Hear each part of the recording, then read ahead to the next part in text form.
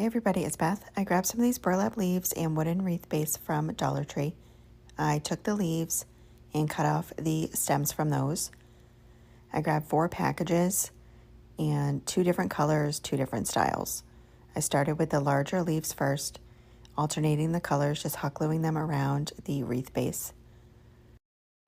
And then we'll be putting the different style leaves on top of those ones.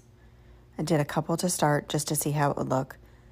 And then I finished off filling in the rest of the ring with the larger leaves. And then once I had those completed, I put the other leaves on top of the rest of those.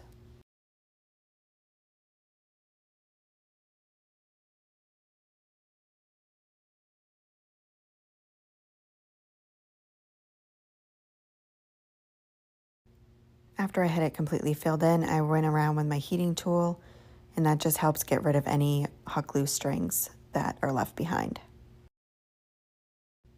Next, I took this wood round I got from Hobby Lobby. It's about 8 inches. And I mixed hazelnut and ivory chalk paints to get the color I wanted. And covered that completely. I then took this stencil, which I got from Dollar Tree, and sprayed the back of it with Pixie spray. It's stencil adhesive. Let that dry for a little bit and placed it onto the wood round. The spray gives it a light tack so it stays into place. I used Barn Red acrylic paint and stenciled on the pumpkin and the wording, just using a stencil brush with very minimal paint.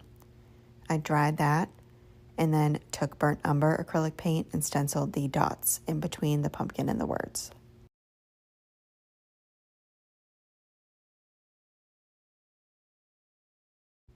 And then took a small paintbrush and filled in any gaps left by the stencil.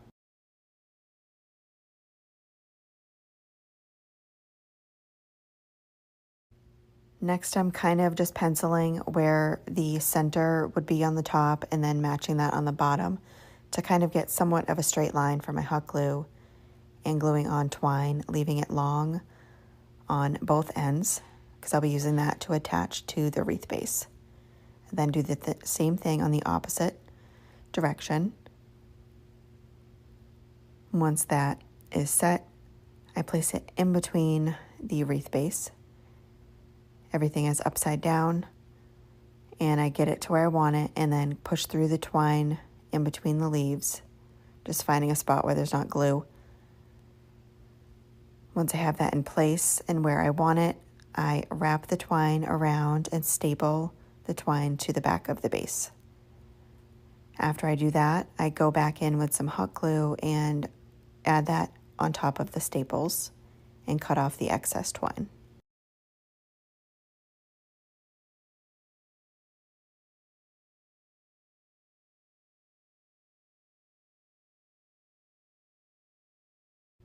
And then just get the center of the top part again and add a twine hanger.